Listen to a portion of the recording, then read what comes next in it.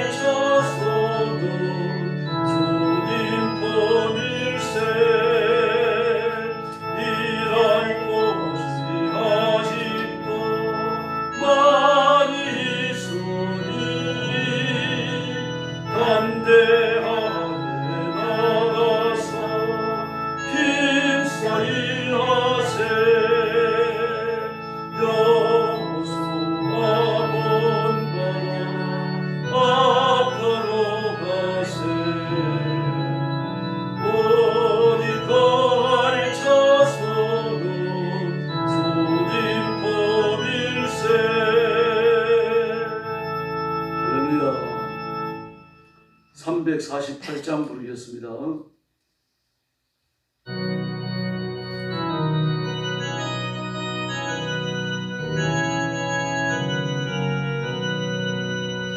머리들과 싸울지라 죄악과 소령지라 담대하게 싸울지라 저기 악한 적병과 심판날과 멸망에는 내가 선문 눈앞에 못 다가오리라. 영광 할렐루야, 영광 할렐루야, 영광 할렐루야, 颂리하리라. 싸울지라 죄악과 소령지라 범함치는 머리털은 흉한 말이 아닌가. 무섭고도 더러운 죄 모두 떨쳐버리고 주 예수 붙들라.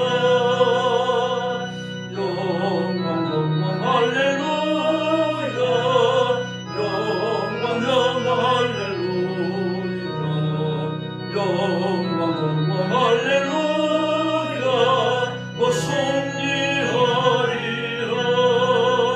머리들과 싸울지라 죄악과 소령지라 구주 예수 그리스도 큰 심판을 멀리고 너를 도와주시려 서서 기다리시니 너서 나오라.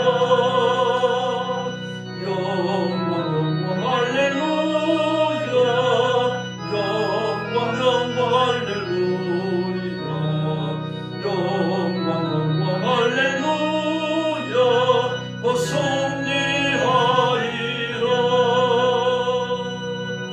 할렐루야. 네, 머리 숙여서 신앙 고백하겠습니다. 나는 전능하신 아버지 하나님 천지의 창조주를 믿습니다. 나는 그의 유일하신 아들 우리 주 예수 그리스도를 믿습니다. 그는 성령으로 잉태되어 동정녀 마리아에게서 나시고 본디오 빌라도에게 고난을 받아 십자가에 못 박혀 죽으시고 장사된 지 사흘 만에 죽은 자 가운데서 다시 살아나셨으며 하늘에 오르시어 전능하신 아버지 하나님 우편에 앉아 계시다가 거기로부터 살아있는 자와 죽은 자를 심판하러 오십니다. 나는 성령을 믿으며 거룩한 공교회와 성도의 교제와 죄를 용서받는 것과 몸의 부활과 영생을 믿습니다. 아멘. 자비로우신 아버지 감사합니다. 오늘도 하루가 시작되는 미명의 저희들을 주 앞으로 불러주시고 엎드려 경배하며 찬양하며 하나님 앞에 영광 돌리는 이 귀중한 직무를 감당하게 해주셨으니 감사합니다. 오늘 우리가 온 마음을 다하여 예배할 때에 하나님 기뻐하시며 두 손 들고 성도들 심령마다 머리마다 안수하시고 복을 내려 주시옵소서. 자비하신 하나님 아버지, 고통받는 땅 중국과 죽음의 전쟁터와 그리고 재난의 현장과 온 세계에 흩어져서 복음 전하는 신실한 선교사님들과 주의 종들과 성도들 그 가정을 지켜주시고 보호하시고 하나님의 한없는 은혜를 더하여 주시옵소서. 오늘 아침도 저희들이 말씀을 나누며 하나님의 은혜를 사모하고 기다립니다. 권능으로 임하여 복을 내려 주시옵소서. 예수님의 이름으로 간절히 기도 올리옵나이다. 아멘. 하나님 말씀 봉독하겠습니다. 이사야 22장입니다. 1절 말씀부터 제가 먼저 봉독합니다. 환상의 골짜기에 관한 경고라. 내가 지붕에 올라가면 어찌함인고 소란하며 떠들던 성 즐거워하던 고을이여 너의 죽임을 당한 자들은 칼에 죽은 것도 아니요 전쟁에 사망한 것도 아니라 너의 관원들도 다 함께 도망하였다가 활을 버리고 결박을 당하였고 너희 멀리 도망한 자들도 발견되어 다 함께 결박을 당하였도다. 그러므로 내가 말하노니 돌이켜 나를 보지 말지어다. 나는 슬피 통곡하였노라. 내 딸 백성이 패망하였으므로 말미암아 나를 위로하려고 해 힘쓰지 말지니라. 환상의 골짜기에 주 만군의 여호와께로부터 이르는 소란과 발핀과 혼란의 날이여 성벽을 무너뜨림과 산악에 사무쳐 부러진다는 소리로다.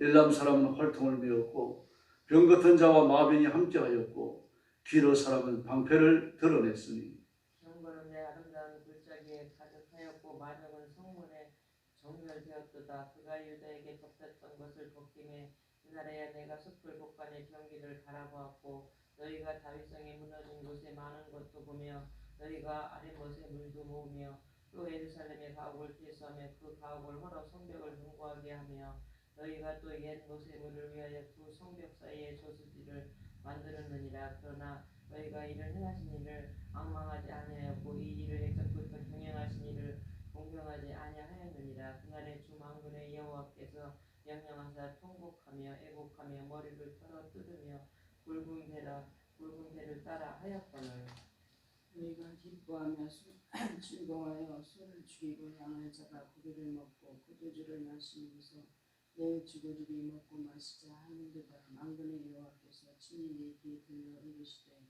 진실로 이 죄악은 너희가 죽기까지 용서하지 못하리라 하셨느니라. 주 만군의 여호와의 말씀이니라. 주 만군의 여호와께서 이르시되 너는 가서 그 겉골을 막고 왕궁 맡은 자 셀나를 보고 이르기를 내가 여기 그와 무슨 관계가 있느냐 여기에 누가 있기에 여기서 너를 위하여 묘실을 팠느냐. 높은 곳에 자기를 위하여 묘실을 팠고 반석에 자기를 위하여 초소를 뚫어내었도다. 나 여호와가 너를 단단히 결박하고 장사같이 세게 경지되 반드시 너를 무질게 감싸서 불같이 막막한 곳에 던질 것이라. 주인의 집에 수치를 끼치는 자여 내가 그곳에서 죽겠고 내 영광의 수레도 거기 있으리라. 내가 너를 관직에서 쫓아내며 내 지위에서 낮추리니 그날에 내가 hilkiya의 아들 내 종 엘리야김을 불러 내 옷을 그에게 입히며 내 띠를 그에게 띄워 힘있게 하고 내 정권을 그의 손에 맡기리니 그가 예루살렘 주민과 유다의 집의 아버지가 될 것이며 내가 또 다윗의 집의 열쇠를 그의 어깨에 두리니 그가 열면 닫을 자가 없겠고 닫으면 열 자가 없으리라. 못이 단단한 곳에 박힌같이 그를 견고하게 하리니 그가 그의 아버지 집의 영광의 부자가 될 것이요 그의 아버지의 집의 모든 영광이 그 위에 걸리리니 그 후손과 족속되는 각 작은 그릇국 종지로부터 모든 항아리까지니라. 25절 같이 봅니다. 만군의 여호와께서 이르시되 그날에는 단단한 곳에 박혔던 못이 사거리니 그 못이 부러져 떨어짐으로 그 위에 걸린 물건이 부서지리라 하셨다 하라. 나 여호와의 말이니라. 아멘. 이사야 22장은 악인의 심판에 관한 이야기하는데 그 주된 대상, 경고의 대상이 예루살렘입니다. 그런데 하나님이 환상 중에 찾아오셔서 이 예언의 말씀을 주십니다. 그래서 환상의 골짜기다 그렇게 이야기했습니다. 환상의 골짜기라는 말씀이 1절과 5절 두 번 사용되어졌죠. 그렇다고 해서 하나님께서 산골짜기에 나타나셔서 예언을 주신 건 아닙니다.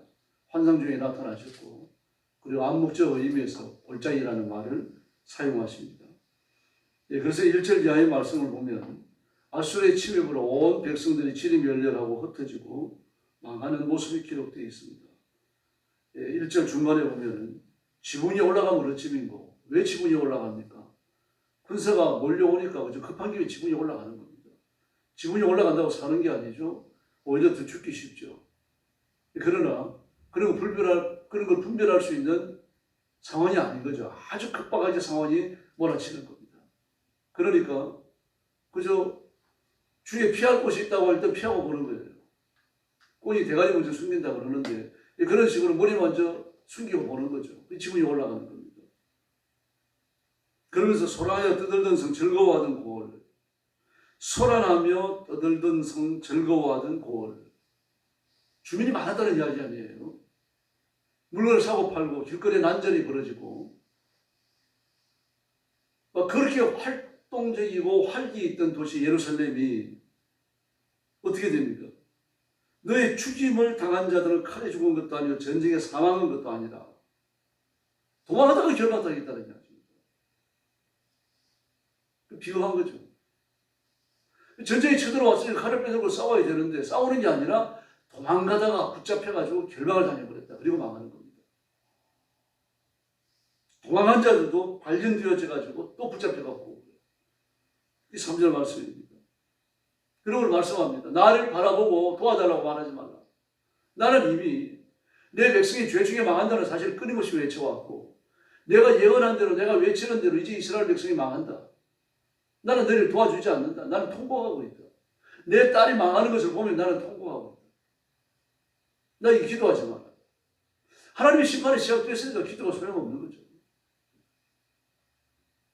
뭐 깨끗하게 살고 의롭게 살고 하나님 앞에 순종하며 살다가 부지불식간에 고난이 일어났다면 그 눈물로 기도해야죠. 아마 그런 의로운 사람도 적지 않을 겁니다.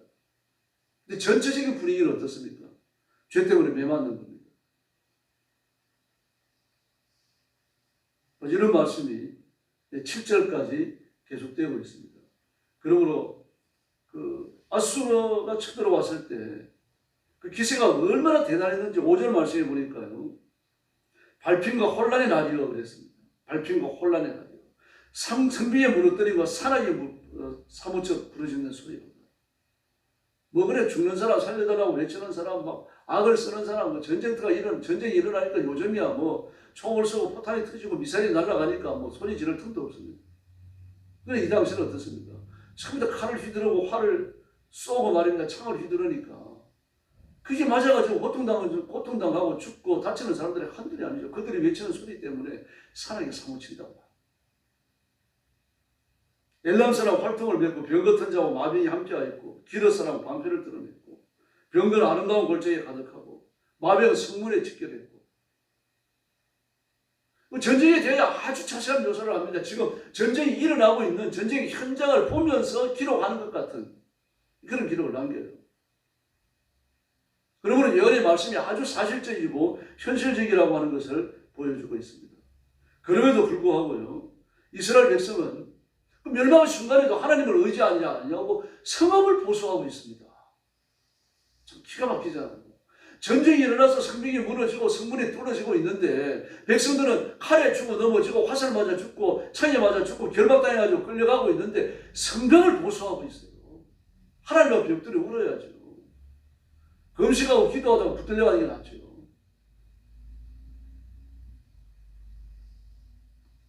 그래서 구절에 보니까 다윗의 성이 무너진 곳이 많은 것도 보며 너희가 아랫몸 물도 모으며 예루살렘의 가옥을 개수하며 그 가옥을 흘러 성벽을 견고하게 하고 이게 뭔 소용이 있습니까? 전쟁이 일어났는데요. 아수르가 쳐들어와서 성벽이 무너지고 그 자기 그 날아가는 화살에 맞아가고 백성들이 죽고 있는데 이게 무슨 짓입니까 이게? 그러면서도 뭘 안 하고 있습니까? 이 10절 11절 중간에 보니까 여호와를 앙망하지 아니하고 공경하지 않았다. 앙망하지 않았다, 공경하지 않았다 같은 말입니다.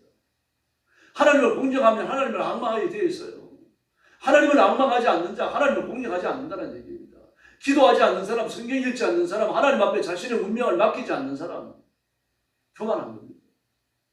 여호와를 앙망하지 않는 겁니다. 오늘 집에 기도하러 나오셨으니까 하나님이 기뻐하실 줄 믿습니다. 이게 여호와를 앙망하는 겁니다. 하나님을 공경하는 거죠. 그러므로 여호와를 상생활 속에서 앙망하지 않는 사람은 하나님을 무시하고 배제하고 배반시하는 겁니다. 그냥 기도 안 하는 게 아닙니다.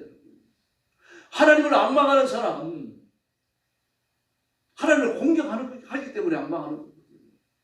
그럼 그 마음속에 하나님에 대한 공정이 없으니까 하나님을 앙망하지 않아요. 기도도 없고 성경도 안 읽고 자신의 운명을 하나님 앞에 맡기지도 않습니다. 그저 막 두수를 갈치같이 모아가지고 돈 끌어 모으는 데만 온 정신이 팔려가지고 그럼 그 길에만 매달리고 있는 거죠. 지금 이스라엘 백성들이 그렇잖아요. 전쟁이 일어나고 나라가 무너지고 있는데 나라가 망하고 있는데 백성들은 칼에 넘어지고 창에 넘어지고 화살에 맞아갖고 죽어 넘어지고 있는데 세상에 성벽 보수가 웬 말입니까 도대체요. 물을 모으는 게 웬 말입니까. 하나님을 앙망하지 않기 때문입니다.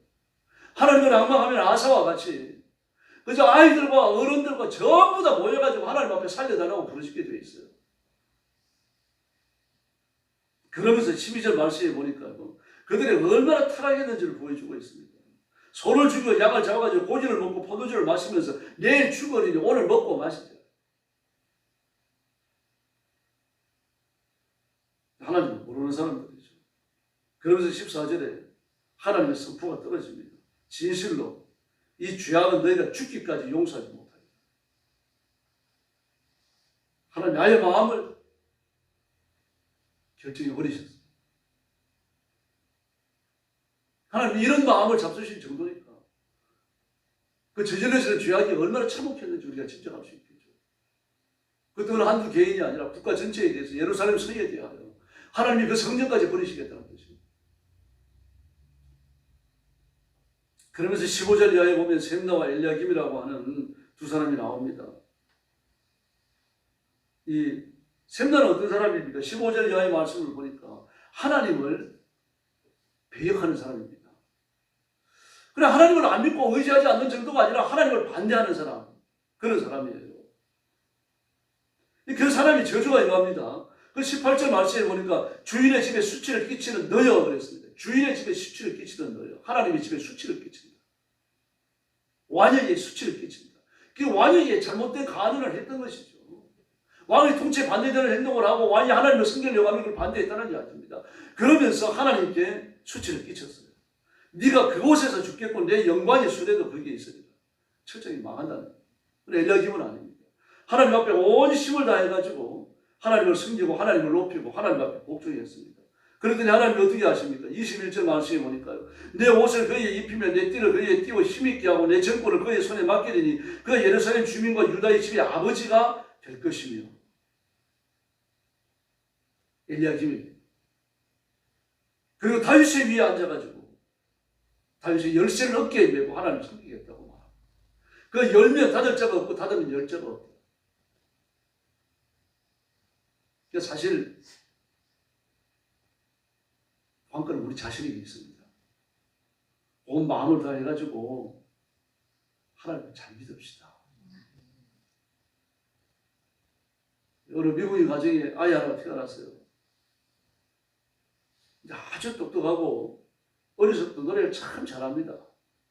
막 만나는 사람마다 너는 노래로 성공한다 그러고 어릴 때부터 주일학교에 성가대하고 청년 때도 오순절 교회를 다녔어요. 청년 때도 그 성가대에서 봉사를 하고 막 그런데 그 어머니가 좀 믿음이 신실하지 못했던가 보죠.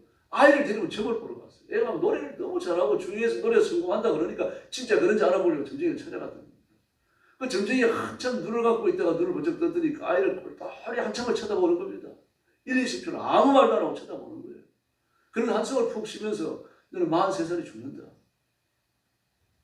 저주 아닙니까? 그럼 어떻게 해야 됩니까? 하나님 앞에 엎드려야 되는 거죠. 뭐 점쟁이의 말이 그렇게 귀를 키우십니까? 이게 불화상 아닙니까? 그거요. 예수님의 이름을 물리쳐야 되는 거죠. 그런데 그 집안도 그렇고 이 아이도 그렇고요. 그 말이 귀에 꽂혀갖고는 근심하며 살아갑니다. 그럼 43살 생일이 되어졌어요. 막 온 사람들이 와가지고 축하를 하고 진짜 노래를 성공했습니다. 이 사람은요. 그리고 43살을 넘겼으니까 너는 장수하겠다. 그 어머니도 축복을 하고 일주일 만에 죽었어요.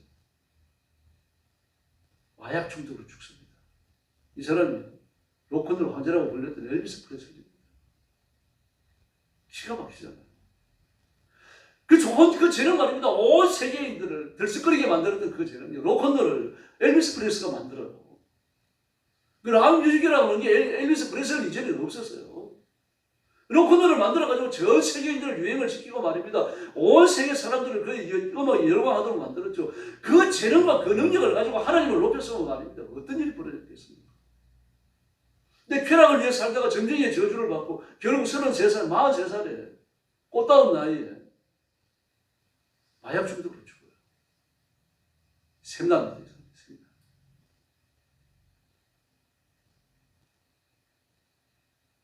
예수님을 잘 믿되 끝까지 잘 믿읍시다. 하나님 앞에 가서도 예수님 바라볼 필요가 없는 겁니다. 오순절 교회에서 엘비스 프레슬리가 나중에 음악이 성공하고 나서도 그래요. 그 인터뷰하는 기자들이 따라다니면서 묻습니다. 너 지금 뭐가 가장 하고 싶으냐? 내가 어릴 때하고 청년 시절에 오순절 교회에서 성가대를 했는데 그때로 되돌아가고 싶다. 그때가 제일 행복했다. 그런 얘기를 몇 번을 했습니다. 그 돌아가면 될 거 아닙니까? 현재 환락과 명성을 포기하면 될 거 아니에요. 마약을 버리면 될 거 아닙니까? 근데 끝까지 샘나의 길을 걷다가 끝까지 샘나처럼 마약 버리고 말았습니다. 우리는 무슨 일이 있더라도 하나님을 끝까지 섬겨야 할 줄로 믿습니다. 하나님 그걸 원하시거든요. 베드로도 실패했다 돌아왔죠. 바울도 실패했다가 돌아왔죠. 마가 요한도 실패했다가 돌아왔죠. 그런 사람이 하나둘입니까? 끝까지 잘 믿고 혹시 죄를 진단한다면 회개하고 다시 십자가 붙들어야 됩니다. 사회적으로 성경 못해도 괜찮아요. 큰 부자가 안 돼도 괜찮습니다. 그러나 믿음은 성결하고 의롭고 깨끗하고 용사가 되어야 합니다. 이런 믿음으로 이런 헌신으로 하나님을 섬기고 하나님을 기쁘시게 해드리는 귀한 종들이 되기를 예수님의 이름으로 축원합니다. 기도하겠습니다. 자비로우신 아버지 하나님 감사합니다. 우리 성도들을 살아가시고 우리의 손으로 붙드시고 하늘 문을 열어주시니 진심으로 감사합니다. 보리의 복을 더하여 주시고 주님을 생명처럼 사랑하며 내 남은 인생을 살아가도록 역사해 주시옵소서. 세상에 무슨 일이 벌어지더라도 또는 건강을 잃더라도 물질적인 소상을 입더라도 사람들에게 내가 그런 좀 이렇게 외면을 당하더라도 그것 때문에 내 마음이 아파가지고 하나님 앞에 불신앙 행동이나 은혜를 사용하지 않도록 도와주시고 끝까지 십자가 붙들고 하나님의 은혜를 기다리고 하나님의 자비와 격려를 기다리면서 믿음을 떠나가지 않도록 하나님 역사해 주시기를 원합니다. 예수님 한 분 바라보고 예수님 한 분 의지하고 예수님 한 분으로 만족하기를 원하는 성도들에게 하나님 문을 여시고 복을 내려주시옵소서. 믿음에 부욕케 하시고 기도의 능력 주시고 온 힘을 다하여 여호와를 경외하고 여호와를 공경하여 여호와를 앙망하는 성도들을 되게 하여 주시기를 바랍니다. 여호와를 공경하고 앙망하기 때문에 기도하게 하시고 성경 읽게 하시고 힘을 다하여 예배드리며 전도하고 선교하는 데 앞장서고 온 힘을 다하여 구제하고 베푸는 삶을 살게 하여 주옵소서. 물질의 복을 주시고 건강의 복을 주시옵소서. 우리의 호흡이 끊어지는 그날까지 하나님 앞에 충성하고 베풀며 베풀고 베풀다가 하나님의 영광을 드러내는 종의 삶을 마감할 수 있도록 역사해 주시옵소서. 우리 성도들과 교회를 주님 앞에 맡깁니다. 하나님의 가슴에 품으시고 하나님의 큰 일을 감당하는 성도와 교회가 되게 하여 주시옵소서. 오늘 새벽도 기도의 새 능력을 주시기 원하옵고 예수님의 이름으로 간절히 기도 올리옵나이다. 아멘. 주님 하나쯤 기도드리겠습니다. 하늘에 계신 우리 아버지, 아버지의 이름을 거룩하게 하시며 아버지의 나라가 오게 하시며 아버지의 뜻이 하늘에서와 같이 땅에서도 이루어지게 하소서. 오늘 우리에게 일용할 양식을 주시고 우리가 우리에게 잘못한 사람을 용서하여 준 것 같이 우리 죄를 용서하여 주시고 우리를 시험에 빠지지 않게 하시고 악에서 구하소서. 나라와 권능과 영광이 영원히 아버지의 것입니다. 아멘. 합심 기도하겠습니다. 자비하신 아버지 하나님, 은혜를 감사합니다. 오늘 아침도 주의 손길에 이끌려 거룩한 자리에 나왔습니다. 사랑하는 성도들을 붙들어 주시고 믿음에 부여케 하시고 여호와를 경외하고 여호와를 앙망하는 기도와 헌신에 주님 앞에 상달되는 귀한 시간이 되게 하여 주시옵소서. 자비하신 하나님 아버지, 허공을 치는 성도들을 붙들어